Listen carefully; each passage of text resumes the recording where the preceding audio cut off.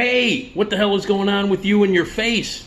How are you? You got a good looking face. Don't screw it up by getting surgery.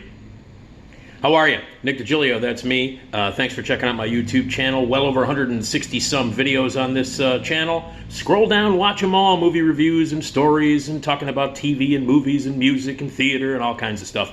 All free, provided for your entertainment. Hopefully you'll laugh at it. Hopefully you'll have a good time. But most importantly, you'll go to patreon.com/NickDShow and you'll donate so that I can keep these videos coming.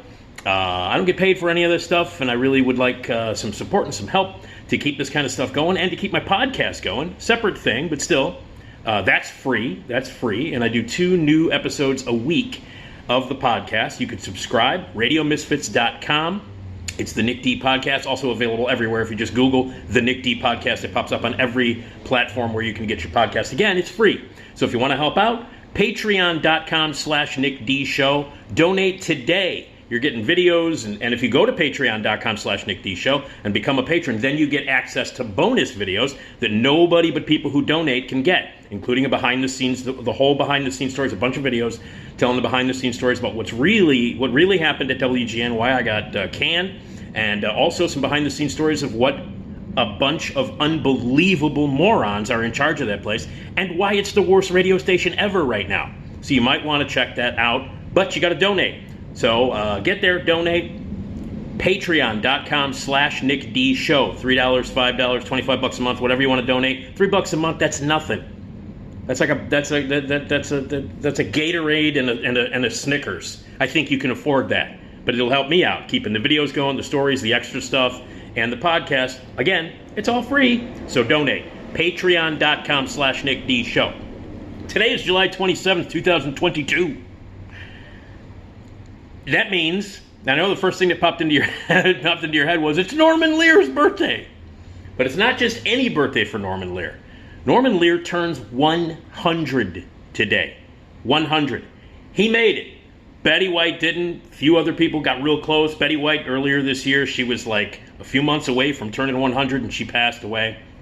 But Norman Lear today, 100 years old.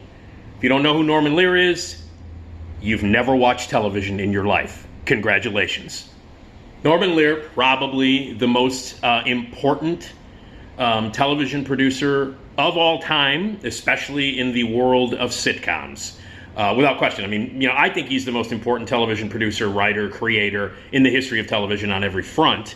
But if you want to be specific about it, he's clearly the most important writer, producer, creator of sitcoms in the history of the medium. He's 100 years old today.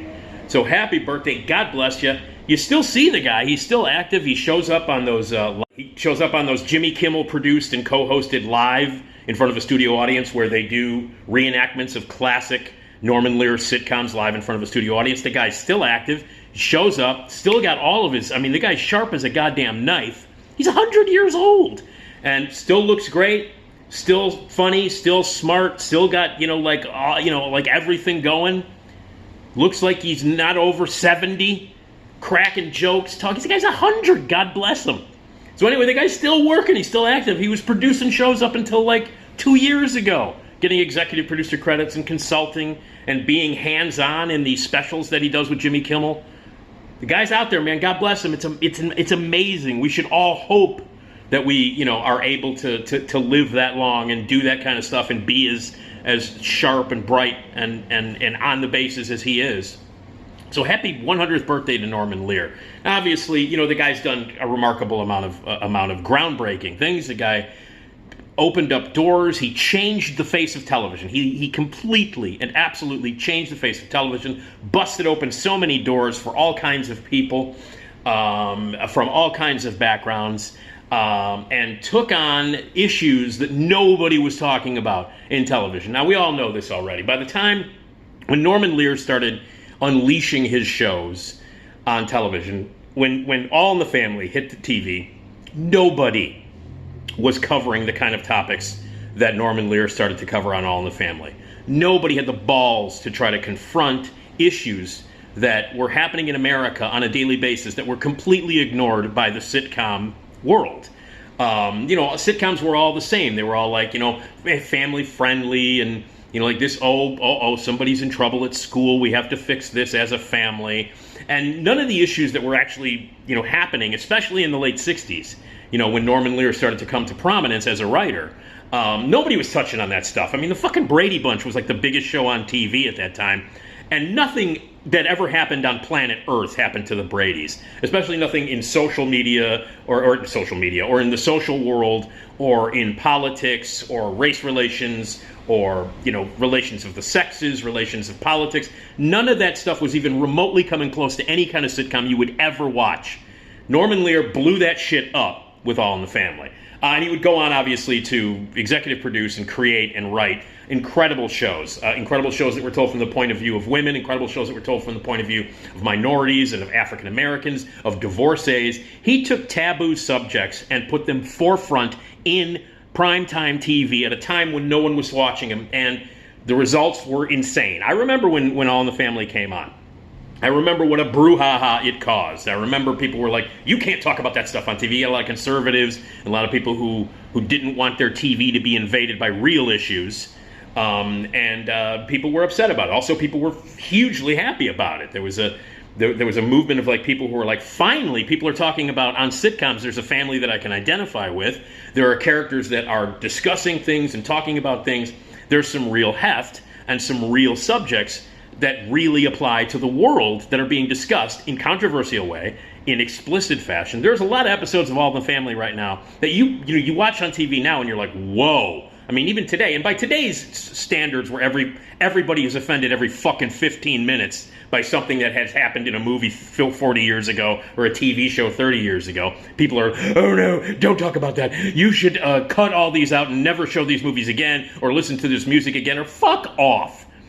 You look back, if you watch something that has some offensive stuff in it that might be politically incorrect, that might not be correct by today's standards, realize when it was shot, when it was written, and then shut the fuck up. So anyway, nobody should be told what to do and what to say, and what, if you don't like it, if you find it offensive, then don't fucking listen, don't buy the album, don't listen to the music, don't go to the movie, don't watch the TV, but that person who creates that shit has the absolute right to say anything at any time with any words that they want to say. And if you disagree with that, you're wrong. All of this shit about you can't say this, you can't say that. You have to word it this way, you have to word it that way. Fuck you. Say what you want, do what you want. If you're an artist, express it in any way possible. If you offend people, good. Fuck them. Who cares? You don't need them. If you're offended by it, here's the deal. Change the channel. Don't go to the movie. Don't read the book. Don't listen to the music. Don't buy the stuff. Don't download it. It's real easy. Don't do it. But anybody who says that an artist should not be able to say what they want, when they want, how they want to say it, with whatever word they want to say, then you're an asshole. That's it. That's all there is to it. You're a dick. Norman Lear busted that shit open. I would love to see somebody do something on the level that Norman Lear did back in 1970-71 when he really broke through. I would love to see somebody do something unapologetic, completely politically incorrect, to fucking piss off all the people that will watch every word that you say. I would love to see somebody just blow the fucking doors off, but it won't happen. The climate right now, you can't do shit anymore without people getting pissed off. It's bullshit. Anyway, Norman Lear busted through that kind of similar thing that was happening back then, confronted issues that nobody was talking about, and did it beautifully. All in the Family, obviously, incredible. He was responsible for Sanford and Son, which is one of the greatest shows of all time. And the Jeffersons in Good Times. That was really the first time that African-American characters and families had the lead, and the shows were told from their point of view. Now, for the most part, and this is unfortunate, most of those episodes were written by white writers. Norman Lear was white, but he was giving a voice to a faction of people that weren't given a voice at all. And so, yes, you could go back and look at some of those and go, oh, God, I wish some black writers had gotten in there and written some of that stuff. Absolutely. But nobody was doing it at all. So the fact that Norman Lear was, white and had white writers doing it, at least somebody was doing it. Nobody else on the planet was doing it. So you can go back and nitpick and go, well, he didn't have enough black writers. Well, you know what? There weren't black writers being hired to do anything. There weren't black stories being told in sitcoms at all. None. Diane Carroll broke through. Bill Cosby, man, do you know what a stir it was when Bill Cosby got I Spy? That was groundbreaking. It was amazing. Nobody had done that before. You think about it, different times. If you're really young and you're like, well, what's the big deal? That's terrible that a white guy was writing for black characters. And, well, go back in time, check out the Time Machine, and when it becomes radical that somebody like Diane Carroll and Bill Cosby finally get the leads on TV shows in the 60s, absurd. So, bitch all you want, but Norman Lear was and still is a great man and broke down barriers. I know, a.k.a. Pablo, Good Times, Maude, One Day at a Time, again, Jefferson, Sanford and Son, and all of the offshoots from those things, including Grady had an offshoot on that. The Hotel Baltimore, and one of my favorites is the insanely weird Mary Hartman, which was produced by Norman Lear, created by Norman Lear, but was weird in that it was syndicated.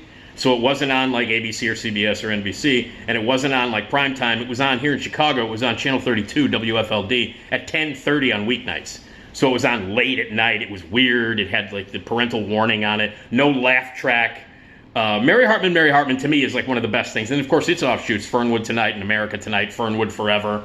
I love Mary Hartman. I love the whole idea of it. Take off on the soap opera. Really intellectual and weird. It was one of the weirdest shows, one of the weirdest concepts, and that's all Norman Lear. So Norman Lear, guy, but he also helped produce stuff like 227, Silver Spoons. He has an executive producer credit on Facts of Life. I mean, the guy has a hand in some of the most important, groundbreaking television of all time. He changed the face of TV. He made it important. He is one of the most important figures in not just the history of television, but in the history of art. He really is. Changed everything, gave a voice to people who didn't have a voice, and took on topics that taboo topics that nobody would talk about. To this day, if you watch certain episodes, it's like, oh no, you can't talk about that, it's 2022. Oh no, you're going to say something that's going to piss off somebody. Oh, fuck off. Norman Lear rules. Now, what I want to focus on mostly here is the one movie that he directed. He actually directed a feature film. This was early in his career, too. It was 1971 when he made this movie. Wrote it, co-produced it, and directed it. And this was right when All in the Family first, really hit. It was right when his writing career and executive producer career and, all of the stuff that he wanted to do to tell these stories about politics and all kinds of stuff, taboo topics, taboo characters, taboo families. Everything that he wanted to tackle was just happening. So he made a movie and he directed the movie. By the way, he started his career writing on the Colgate. This is how old he is. He's 100. He started his career writing for Jimmy Durante on the All-Star Review. Tennessee Ernie Ford. He wrote for the George Gobel Show. He wrote for Norma Ray's show. Wrote for Danny Kaye. And he got his start on the Colgate Comedy Hour in the early 50s. He got his start on the Colgate Comedy Hour writing for Jerry Lewis and Dean Martin. He also was a ghostwriter, and he actually wrote jokes and punched up scripts for Lewis and Martin movies. So he started that far back, late 40s, early 50s, writing things and doing that kind of thing. And he was on the edge then, because Martin and Lewis, edgy comedy for that time period. So anyway, when he finally, he makes this one movie, never directed a movie again. One movie. It's called Cold Turkey, and it was released in 1971. And I love this movie. Now, I've not seen it in years, and I'm not even sure. I should look it up to see if it's available, if it's streaming on the 9 million platforms that are out there. But if it is, you should check it out. If you've not seen it, you should. 1971, the plot of Cold Turkey is, you have to understand when this movie was made, everybody on Earth smoked. In 1971, everyone on Earth smoked. If you were above the age of 11, you fucking smoked. You smoked 5-10 packs a day. You smoked. Smoking was everywhere. Smoking was in every room. You had dirty ashtrays in the house, in every room, 2, 3 in the living room, 2 in the bedroom, 5 in the bathroom. People smoked constantly. You smoked, okay? And again, it's, oh my God, you can't smoke. And you shouldn't smoke because it's bad for you, everything. But yes, this is the reality of the situation. If you were above 11 years old, you smoked. You smoked until the day you died at that time period. And you smoked all day long. And you could smoke anywhere. There was not smoking sections. Everything was a smoking section. You could smoke in emergency rooms in the hospital. You could smoke in everywhere. Everywhere that you could smoke in church. Anywhere that you think that you were not allowed to smoke, you could smoke in 1971, and people did. Constantly. Cigarette butts on the ground outside, smoking everywhere, restaurants, bars, airplanes. No smoking sections in airplanes in 71. You smoked everywhere you wanted to smoke. So, anyway, and people smoked and obviously got addicted, and so Cold Turkey is about that. Cold Turkey is this hilarious comedy that stars incredible lineup. Dick Van Dyke, Pippa Scott, Tom Poston, Bob and Ray are in it, and they play TV, reporters, newsmen. Vincent Gardenia, Bernard Hughes, Graham Jarvis, Gene Stapleton, like right when All in the Family started, Paul Benedict, Bob Newhart, Ted Knight. I mean, it's an incredible cast, and a lot of these people would go on to work with Norman Lear on his TV shows as well. So the plot of this movie is Valiant Tobacco Company, which is the biggest tobacco company in the universe of this film, offers $25 million. It's based on a book, by the way, if I'm not mistaken. I think the movie is based on a book. But the plot is that this Valiant Tobacco Company is going to offer $25 million to any town in America that will give up smoking for 30 days.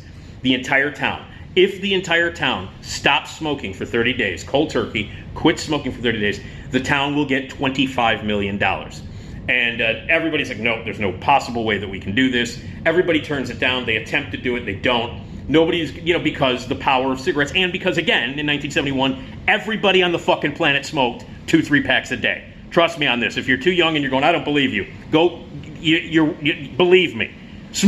Smoking was everywhere. In my house, I'm an only child. I have two parents. They smoked 3 packs a day. All of their friends smoked. You smoked in front of kids. You blew smoke into baby carriages. You didn't give a shit. Oh, you got a baby? That's a good-looking baby. You know what I mean? You smoke everywhere, drink everywhere. It was the 70s. Let's get high. Let's get drunk. Let's smoke 40 million cigarettes, and let's blow smoke into babies' faces. That's the 70s, and it was beautiful.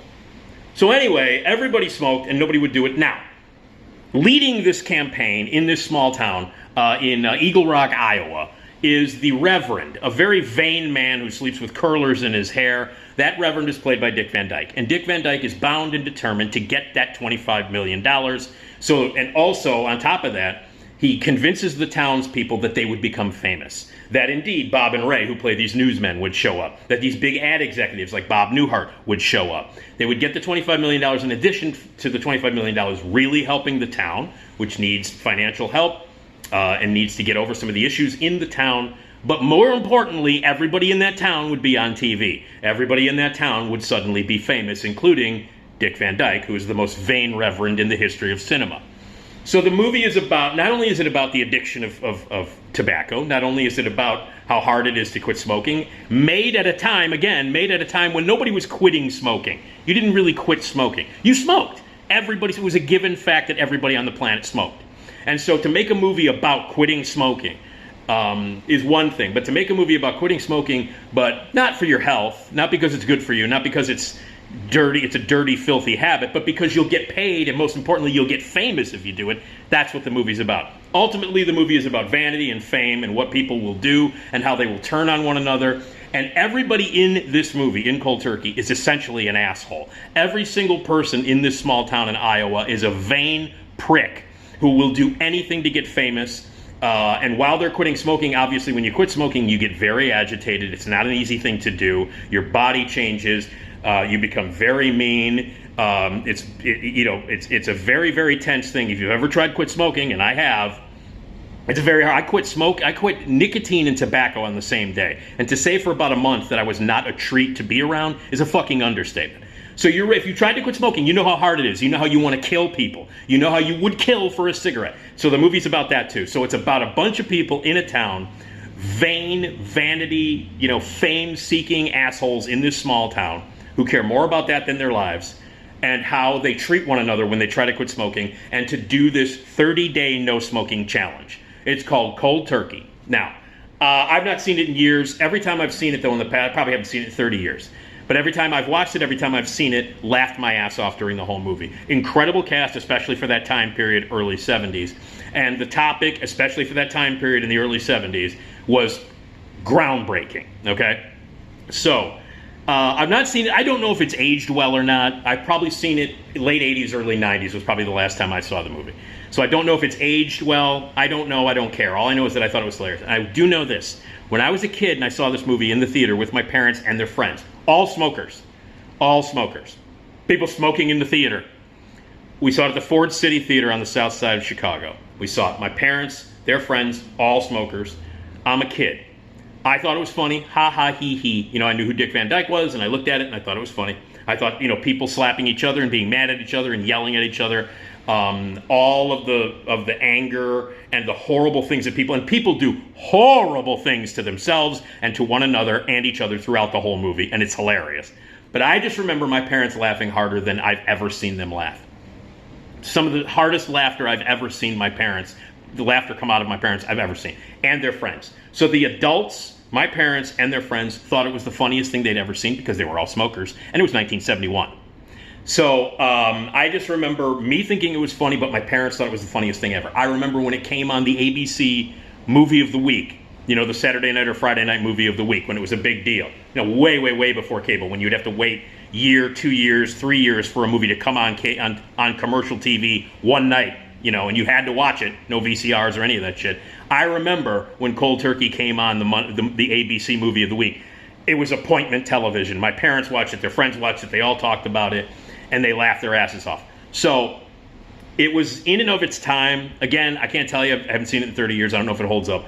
But it's the subject is great, and at the time it came out, it was incredibly cutting edge and ballsy, like everything that Norman Lear was doing. So if you've not seen Cold Turkey, you should check it out. Dick Van Dyke is hilarious in it. Bob Newhart plays sort of the corporate enemy in it, and all these other amazing character actors and actresses doing it. And if you've ever tried quit smoking, and if you've ever smoked before, you definitely should check it out. Anyway, it's called Cold Turkey. So, happy 100th birthday to Norman Lear, whose career is unlike any other writer-producer in the history of the medium. And he did more for television than I think anybody has ever done. And I just wanted to mention the one movie that he directed. He, co-wrote some other movies and executive produced a few other ones. But this is the one that was his. He wrote, directed it, produced it. Cold Turkey from 1971. If you've not seen it, you should. And you should definitely see it if you've ever smoked. So, anyway, happy 100th to Norman Lear. God bless you, man. And check out Cold Turkey. All right? Yeah.